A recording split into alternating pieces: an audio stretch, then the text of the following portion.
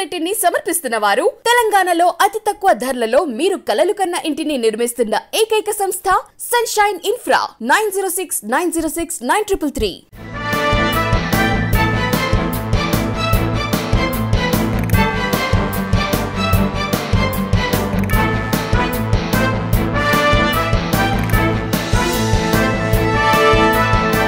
నమస్తే, welcome to V3 news. లక్ష్యం సమాజహితం. నేను స్వాతి. ముందుగా బులెటిన్ హెడ్లైన్స్ చూద్దాం.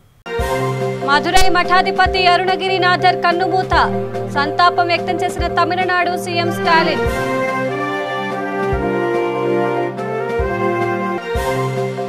శ్రీశైలం ప్రాజెక్టుకు నిలిపిన వరద, గేట్లను మూసివేసిన అధికారులు.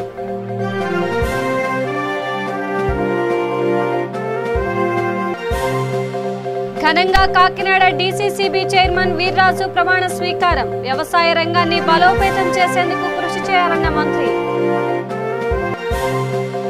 ద్వారకా తిరుమల కార్యనిర్వహణాధికారి జీవీఎస్ మృతి. దేవస్థానం ఈవో వేధింపులే కారణమంటూ సిబ్బంది ఆందోళన. ఇక మధురైలో ప్రసిద్ధి చెందిన శైవ మఠం ఆధీనం మఠాధిపతి అరుణగిరినాథర్ కన్నుమూశారు. శ్వాస తీసుకోవడంలో ఇబ్బందులు తలెత్తడంతో కొద్ది రోజుల క్రితం ఆయనను మధురైలోని ఓ ఆసుపత్రిలో చేర్పించారు. అక్కడ ఆయన ఐసీయూలో చికిత్స పొందుతూ కన్నుమూశారని ఆధీనం అధికారిక ప్రకటన విడుదల చేసింది. 1500 సంవత్సరాల చరిత్ర ఉన్న శైవ మఠానికి ఆయన 292వ పీఠాధిపతిగా బాధ్యతలు నిర్వహించారు.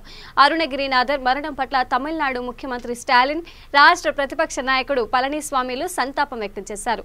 శైవ మత సూత్రాలను ముందుకు తీసుకెళ్లడంతో పాటు సీనియర్ పాత్రికేయులుగా పనిచేస్తూ ప్రజోపకరమైన పనులలో ఆయన నిమగ్నమయ్యారని ముఖ్యమంత్రి స్టాలిన్ పేర్కొన్నారు.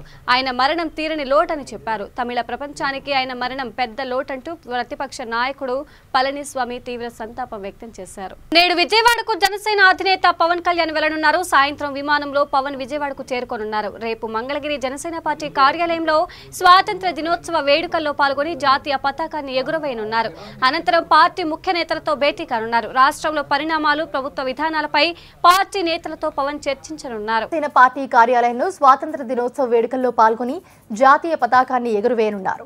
అనంతరం పార్టీ ముఖ్య నేతలతో భేటీ కానున్నారు. ఆయన రాష్ట్రంలో పరిణామాలు, ప్రభుత్వ విధానాలపై పార్టీ నేతలతో పవన్ చర్చించనున్నారు.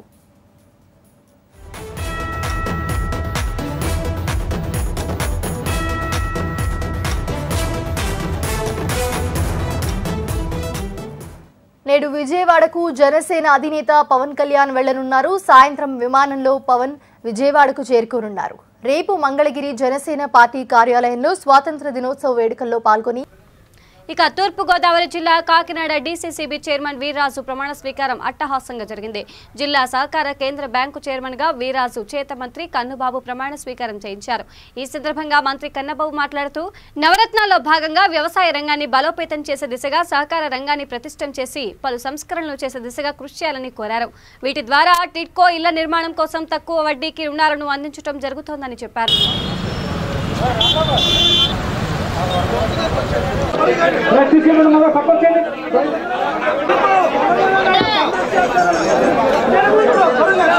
ఫోటో సరిగ్గా ఉండడం వాళ్ళకి ఆపోజిట్ చేయండి ఒకసారి. అన్నా ఒకసారి అర్థం చేసుకున్నాం. దయించి స్టేజ్ ఊరిపోతున్నాం. దయించి అర్థం చేసుకోండి. పక్క దిగిపోవడం కొంతమంది జాగ్రత్త చేసుకోవాలి.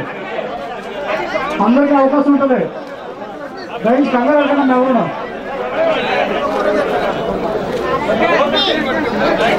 అన్న తోసుకోకుండా ఎవరు తోసుకోకుండా పడిపోతారు. అన్నా ఎలా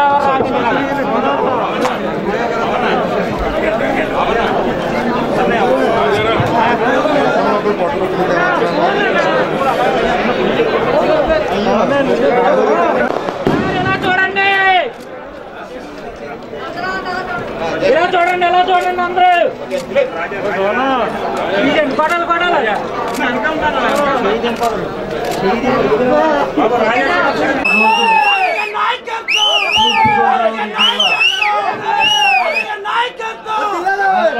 చైర్మన్ గా ప్రమాణ స్వీకారం చేస్తాం జరిగింది. ఈ సందర్భంగా ముఖ్యంగా మన యువ ముఖ్యమంత్రి శ్రీ జగన్మోహన్ రెడ్డి గారికి ప్రత్యేక ధన్యవాదాలు తెలియజేస్తున్నాను. అలాగే మరి నాకు ఈ పదవీ బాధ్యత ఏర్పాటు చేసిన దాంట్లో మన రాష్ట్ర మంత్రులు శ్రీ చిన్న తిరుపతిగా ప్రసిద్ధి చెందిన పశ్చిమ గోదావరి జిల్లా ద్వారకా తిరుమల శ్రీ వెంకటేశ్వర స్వామి ఆలయ సహాయ కార్యనిర్వహణాధికారి జీవీఎస్ రామాచార్యులు గుండెపోటుతో మృతి చెందారు. దేవస్థానం ఈవో సుబ్బారెడ్డి వేధింపులే ఆయన మృతికి కారణమని ఆలయ సిబ్బంది ఆందోళన చేపట్టారు. నల్ల బ్యాడ్జీలతో దేవాలయ సమీపంలో నిరసన వ్యక్తం చేశారు. సామూహిక సెలవు పెట్టాలని నిర్ణయించారు. దేవస్థానం ఎంప్లాయీస్ అసోసియేషన్ అధ్యక్షుడు హనుమంతాచార్యులు మాట్లాడుతూ ఈవో వైఖరి మార్చుకోవాలని, సిబ్బంది వేధింపులకు గురవుతున్నారని, ఒత్తిడి తట్టుకోలేకే రామాచార్యులు మృతి చెందారన్నారు.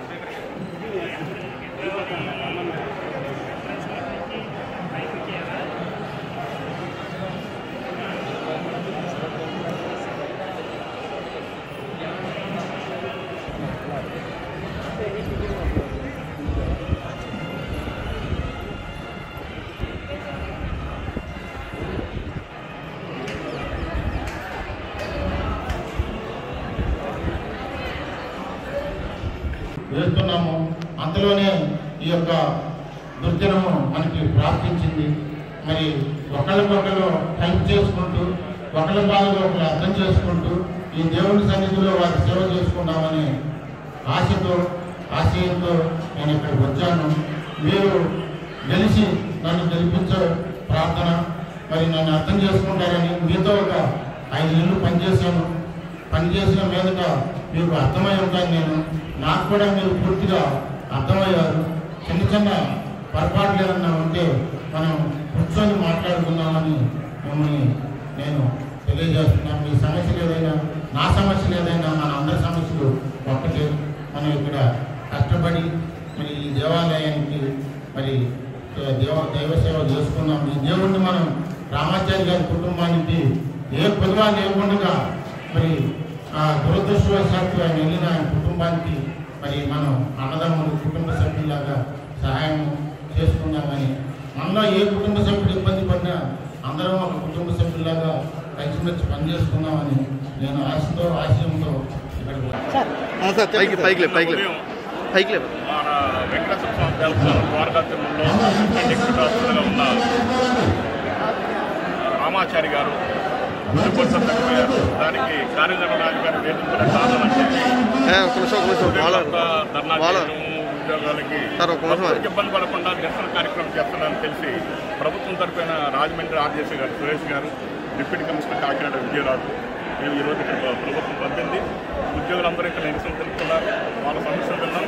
వ్యక్తిగతంగా కూడా కొన్ని సమస్యలు చెప్పారు, గతంలో వాళ్ళు అనుభవించింది ఏంటి అనేది. ఆ సమస్యల్ని మేము కార్యనిర్వహణాధికారి, ఉద్యోగ సంఘ నాయకులు, ఉద్యోగులతో కూర్చొని చర్చించి ఏమి ఇబ్బంది కలగకుండా వాళ్ళతో మాట్లాడుతాము. అప్పటి వరకు భక్తులు వస్తున్నారు. వాళ్ళకి శ్రావణ శుక్రవారం, మొదటి శుక్రవారం వాళ్ళకి ఏ విధంగా ఇబ్బంది కలగకూడదు. కాబట్టి అందరూ విధులకు వెళ్ళమంటే వాళ్ళందరూ మా మీద నమ్మకంతో, డిపార్ట్మెంట్ మీద నమ్మకంతో వాళ్ళు తమ విధులకి చేసుకుని వెళ్ళిపోయారు. ఇప్పుడు మేము ఎవరైతే గ్రీవెన్స్ ఉందో ప్రతి ఉద్యోగి ఎవరైనా సరే వచ్చి మాకు ఈ గ్రీవెన్స్ ఉంది, నాకు ఈ ఇబ్బంది పడ్డాం అని చెప్తే అది సాయంత్రం లోపు ఇక్కడే కూర్చొని అందరితో ఆర్టీసీ గారు, మేము ఈవో గారు, సిబ్బంది అందరం కూర్చొని వాళ్ళతో మాట్లాడి ఒక సొల్యూషన్ తీసుకురా ఉంటుంది. దీనికి సంబంధించి చైర్మన్ గారు మన సుధాకర్ రావు గారితో కూడా మాట్లాడతాం. అలాగే ఇప్పుడే ఎమ్మెల్యే గారు ఫోన్ చేశారు, గోపాలపురం ఎమ్మెల్యే గారు, అవసరమైతే నేను వస్తానండి, మీరు ఒకసారి చూడండి అని చెప్పారు. ఆయన కూడా అన్నీ కూడా ఏంటి దేవుడి దగ్గరికి వచ్చే భక్తుల దగ్గర సేవ చేసే మా ఉద్యోగులకి ఏ విధమైన ఇబ్బంది కలగకూడదని మా మీద ఉన్న నమ్మకంతో వాళ్ళంతా ఈ నిరసనని ఆపారు. కాబట్టి మేము ఉంటాం. సాయంత్రం పూట ఇది ఏం జరిగిందనేది మీకు నేను వివరణ తీసుకుంటాను. ఓకేనండి, thank you very much.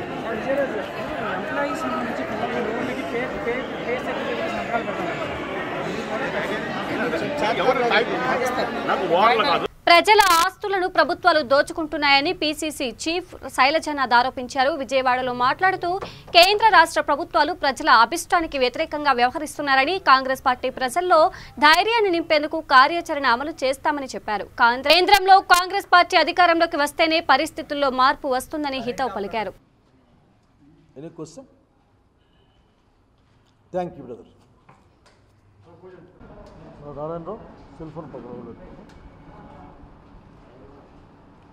Narayana Rao గారు జనరల్ సెక్రటరీ, సతీష్ గారు సిటీ కాంగ్రెస్ ప్రెసిడెంట్ అధ్యక్షులు, మా అమ్మాయి పేరు ఏం పేరు లక్ష్మి గారు, సుమారు నాయుడు గారు, నమస్కారం.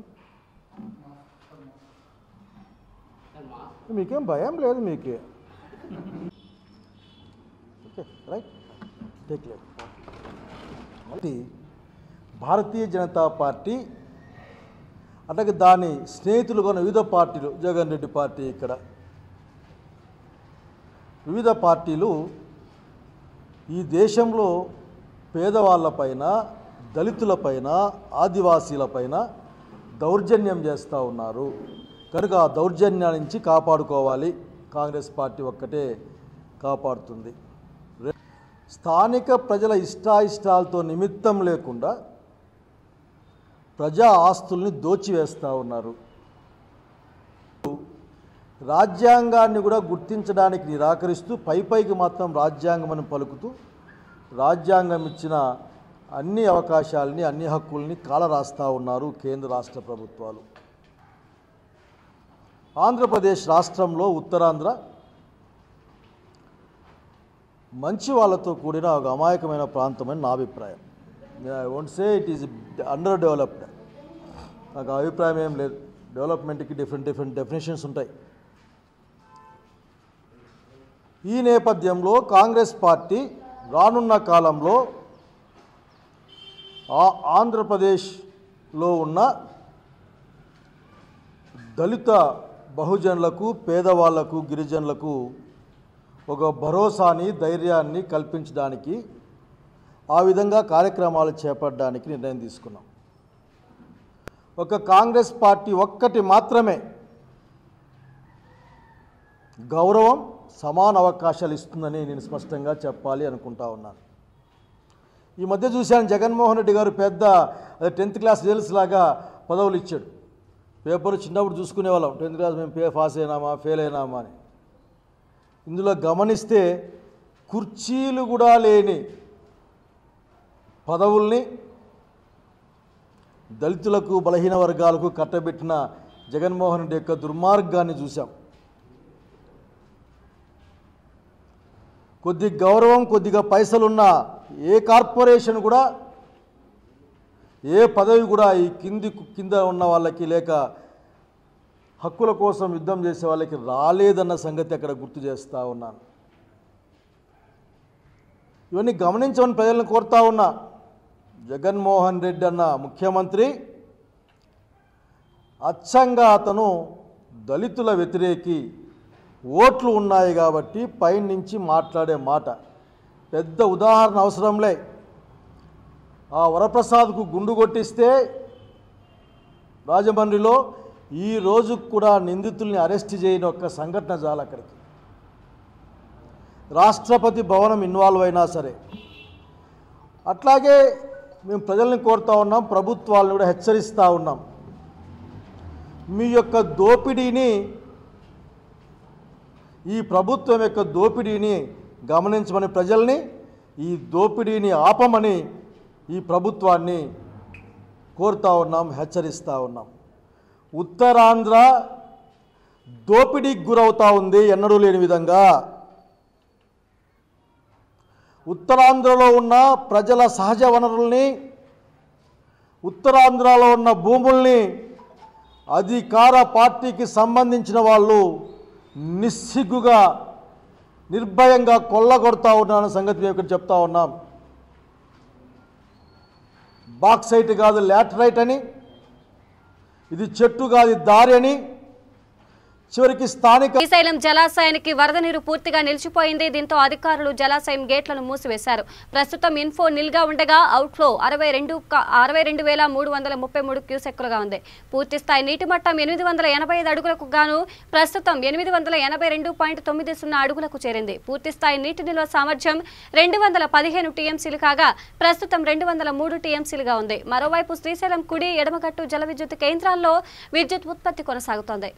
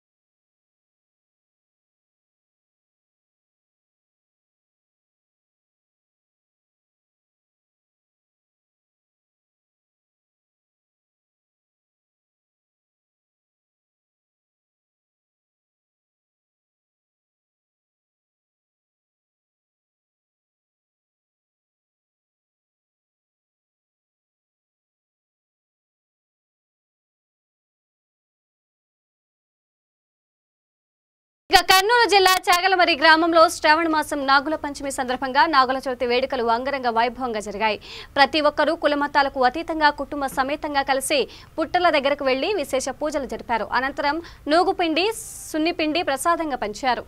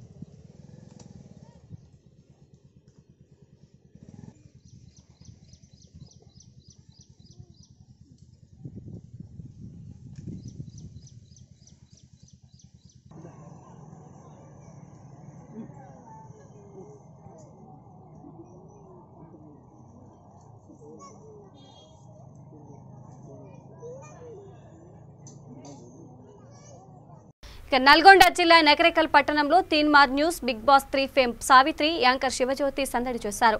నకరేకల్ పట్టణంలోని ఎస్ఎల్ఎన్ స్వామి వస్త్రాలయాన్ని యాంకర్ శివజ్యోతి ప్రారంభించారు.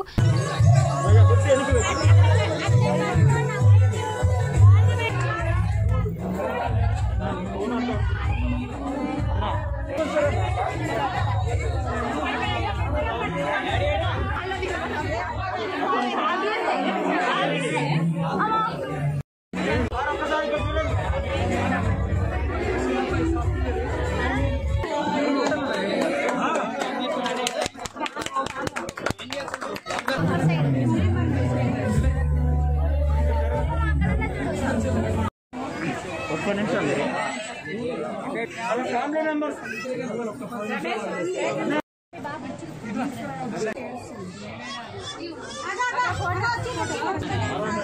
ముందుకు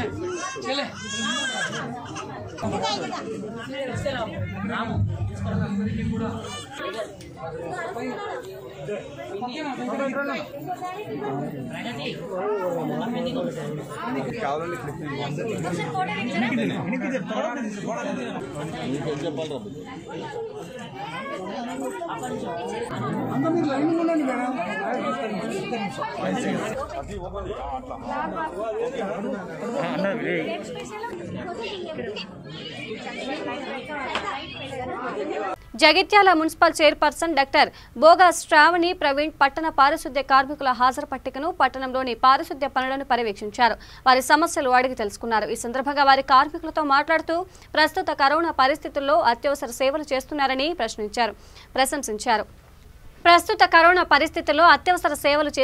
ప్రశంసించారు. కార్మికులందరూ పీపీఈ కిట్స్ తప్పనిసరిగా వేసుకోవాలని తెలిపారు. అందరూ సమయపాలన పాటిస్తూ ప్రతిరోజు 8 గంటలు విధులు తప్పనిసరిగా నిర్వహించాలని, అత్యవసర పరిస్థితుల్లో ఎక్కువ పని చేయాల్సి ఉంటుందని తెలిపారు. కార్మికుల ద్వారానే పట్టణము పరిశుభ్రంగా ఉంటుందని, నిబద్ధతతో పనిచేస్తూ ఆరోగ్య మున్సిపాలిటీగా తీర్చిదిద్దారని తెలిపారు.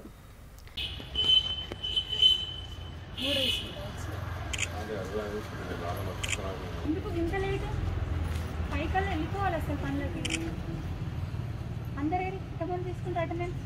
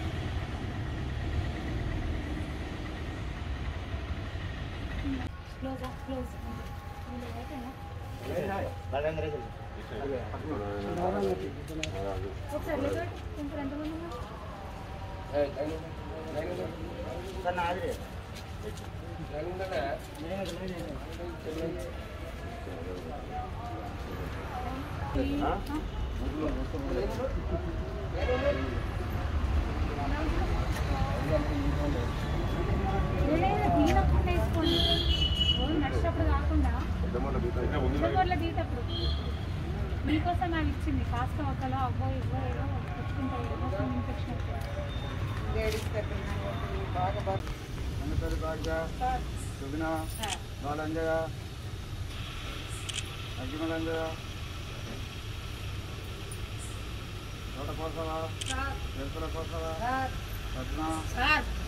లక్ష్మి దొడ గోదమ్మ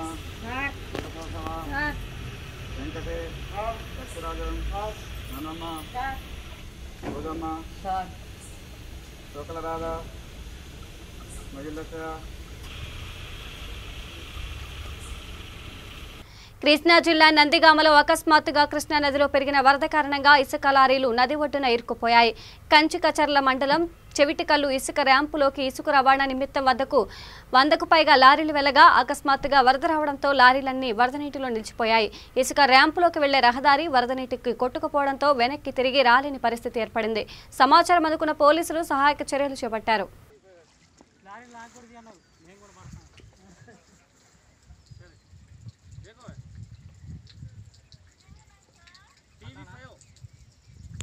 బులెటిన్ ముగించే ముందు హెడ్లైన్స్ మధురై మఠాధిపతి అరుణగిరినాథర్ కన్నుమూత, సంతాపం వ్యక్తం చేసిన తమిళనాడు సీఎం స్టాలిన్.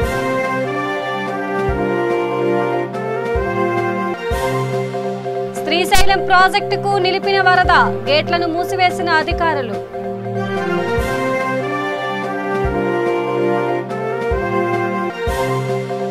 ఘనంగా కాకినాడ డీసీసీబీ చైర్మన్ వీర్రాజు ప్రమాణ స్వీకారం, వ్యవసాయ రంగాన్ని బలోపేతం చేసేందుకు కృషి చేయాలన్న మంత్రి.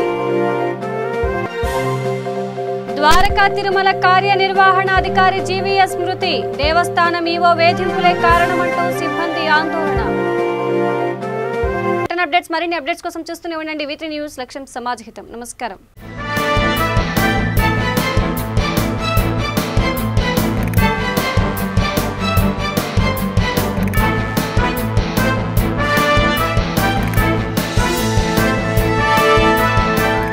బులెటిన్ ని సమర్పించిన వారు తెలంగాణలో అతి తక్కువ ధరలలో మీరు కలలు కన్న ఇంటిని నిర్మిస్తున్న ఏకైక సంస్థ సన్షైన్ ఇన్ఫ్రా 9069069333.